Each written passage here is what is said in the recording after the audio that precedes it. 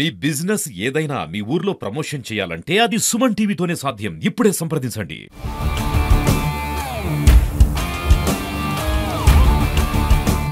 Welcome to Suman TV. ఖమ్మంలో రాజకీయం మొదలైంది. వరద రాజకీయం. ఇటు ముఖ్యమంత్రి అటు బీఆర్ఎస్ నాయకులు ఖమ్మంలో పోటాపోటీగా పర్యటిస్తున్నారు. ఈ పర్యటన నేపథ్యంలో బీఆర్ఎస్ నేత హరీష్ రావు పైన రాళ్ల దాడి జరిగినట్టు కనిపిస్తుంది.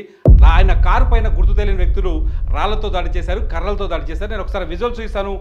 ఒక్కసారిగా అలజడి చెలరేగింది. ఇది హరీష్ రావు కూర్చున్న కారు ఒకసారి చూడవచ్చు. ఇది ఖమ్మం కంఠీనగర్లో జరిగింది ఈ సంఘటన.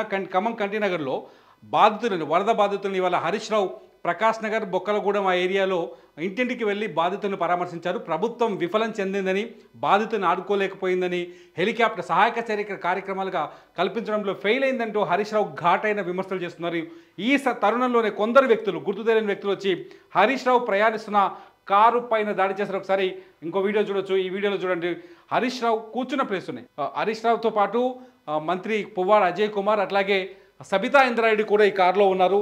వీళ్ళందరూ ఉండగానే కారు పైన దాడి జరిగింది. ఒకసారి చూడొచ్చు ఈ సీన్ని. కరెక్ట్గా హరీష్ రావు ఎక్కడైతే కూర్చున్నాడో, హరీష్ రావు కూర్చున్న ప్లేస్లోనే జరిగింది చూడండి దాడి. ఇది హరీష్ రావు కూర్చున్న ప్లేస్. ఈ ప్లేస్లో ఒక వ్యక్తి కర్రతో వచ్చి దాడి చేసింది. ఇది రాయితో కొట్టేట్టు కనపడుతుంది, రాయి దాడిలా కనపడుతోంది. రాయితో దాడి జరిగింది. చూడండి, మొత్తానికి నిన్నటి నుంచి బాధితులకు పరిహారం విషయంలో కావచ్చు, లేకపోతే సహాయక చర్యల విషయంలో కావచ్చు, ఇటు BRS working president KTR, Harish Rao వరుసగా ప్రభుత్వం పైన ఎడాపెడా దాడులు చేస్తూనే ఉన్నారు. ప్రభుత్వం పైన విమర్శలు చేస్తూనే ఉన్నారు. గవర్నమెంట్ అటు ఆంధ్రప్రదేశ్ ప్రభుత్వంతో పోలుస్తూ ఏపీ ప్రభుత్వం విజయవాడలో ముప్పుకు గురైతే ముఖ్యమంత్రి చంద్రబాబు నాయుడు వరదల్లో పర్యటించడం, వరదల్లో తిరగడం, వరదల్లో అందరితో రాత్రి పగలు కష్టపడి పనిచేయడం, ఆయన వరదల్లో ఉండి డ్రోన్ టెక్నాలజీ వాడడం, హెలికాప్టర్లను తీసుకొచ్చి వరదల్లో చిక్కుకున్న వ్యక్తుల్ని, మనుషుల్ని సురక్షిత ప్రాంతాలకు తరలించడం, ఇదంతా జరుగుతుంది. ఈ నేపథ్యంలో ముఖ్యమంత్రి అంటే ఆంధ్రప్రదేశ్తో పోలుస్తూ, ఆంధ్రప్రదేశ్ సహాయ కార్యక్రమాలతో పోలుస్తూ మొత్తానికి రేవంత్ రెడ్డి చుట్టూ బీఆర్ఎస్ కావచ్చు, బీఆర్ఎస్ సంబంధించిన సోషల్ మీడియా కావచ్చు వరుసగా అటాక్స్ అయితే చేస్తుంది. ఇది స్పష్టంగా మనకు కనపడుతుంది. ముఖ్యమంత్రి రేవంత్ రెడ్డి ఏం మాట్లాడినా దానికి రివర్స్ కౌంటర్ వేస్తోంది. ఇది బాధితుల పక్షాన గతంలో వరద బాధితులకు రేవంత్ రెడ్డి ఒక్కొక్క బాధిత కుటుంబానికి 25 లక్షల పరిహారం ఇవ్వాలని గతంలో కేసీఆర్ ప్రభుత్వం ఉన్నప్పుడు డిమాండ్ చేశారు. ఆ వీడియోలు కూడా ఇవాళ బయటపెట్టింది చాలాసార్లు. ఆ వీడియోని బయటపెడుతూ ముఖ్యమంత్రి ఇప్పుడు మాట్లాడాలి, రేవంత్ రెడ్డి ఇప్పుడు మాట్లాడాలి అంటున్నారు. మొత్తంగా హరీష్ రావు పర్యటన పైన, హరీష్ రావు పైన దాడి జరగడంతో ఒక్కసారిగా ఖమ్మంలో ఉద్రిక్త వాతావరణం ఏర్పడింది.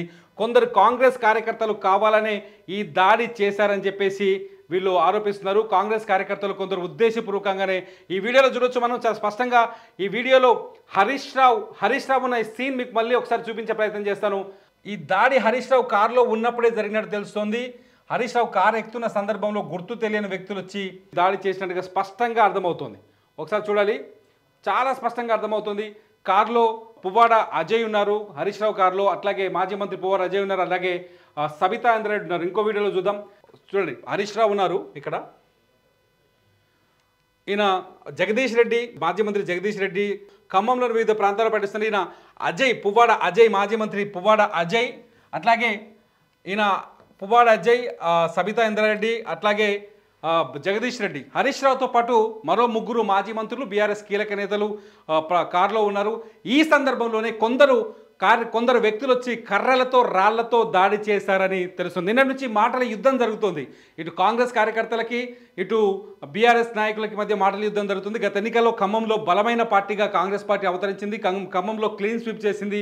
అనేక చోట్ల అన్ని స్థానాల్లో ఎమ్మెల్యే సీట్లను గెలుచుకుంది. అయితే అటువంటి ఖమ్మంలో బీఆర్ఎస్కి స్పేస్ లేదనే ఒక చర్చ కూడా జరుగుతుంది. ఈ నేపథ్యంలో, వరదల నేపథ్యంలో ఒక్కసారిగా బీఆర్ఎస్ వరుసగా విమర్శలు చేయడం, ఖమ్మంకి వెళ్ళి ఇవాళ బీఆర్ఎస్ నాయకులు ఖమ్మంలో పర్యటించడం, బాధితుల్ని పరామర్శిస్తూ రావడం, బాధితులతో మాట్లాడడం, ఈ సందర్భంలో ఒక్కసారిగా అక్కడ వాతావరణం మారిపోయింది. నిజానికి వాతావరణ శాఖ చెప్పింది అలా వర్షం వస్తుందని చెప్పింది. వర్షానికి బదులు రాళ్ల వర్షం వచ్చింది. హరీష్ రావు పైన దాడి అయితే జరిగింది. స్పష్టంగా అది మనకు విజువల్లో కనిపిస్తుంది. అయితే ఈ దాడి వెనుక కాంగ్రెస్ కుట్ర ఉందని బీఆర్ఎస్ ఆరోపిస్తోంది. హరీష్ రావుపై దాడిని బీఆర్ఎస్లోని ప్రతి నాయకుడు ఖండిస్తున్నారు. కాంగ్రెస్ కుట్ర ఉందని బీఆర్ఎస్ ఆరోపిస్తుంది. అయితే గుర్తు తెలియని వ్యక్తులు దాడులు చేశారని చెప్పేసి కాంగ్రెస్ కార్యకర్తలు చెప్తున్నారు, కాంగ్రెస్ వాళ్ళు చెప్తున్నారు. పోలీసులు మాత్రం దాడి చేసిన వ్యక్తులని పట్టుకునే ప్రయత్నం చేస్తున్నారు. కర్రతో రాళ్లతో హరీష్ రావు కాన్వాయ్ పైన దాడి జరిగినట్టుగా తెలుస్తోంది. ఆ దాడి జరుగుతున్న సమయంలో హరీష్ రావు కారులోనే ఉన్నట్టుగా మనకు విజువల్స్లో చూస్తుంటే అర్థమవుతుంది. చూద్దాం ఈ రాజకీయం ఎంత దూరం వెళ్తుందో. హరీష్ రావు కారుపై రాళ్ల దాడిని మీరెలా చూస్తున్నారు? కామెంట్ చేయండి ఈ వీడియో కింద. చూస్తూనే ఉండండి సుమన్ టీవీ.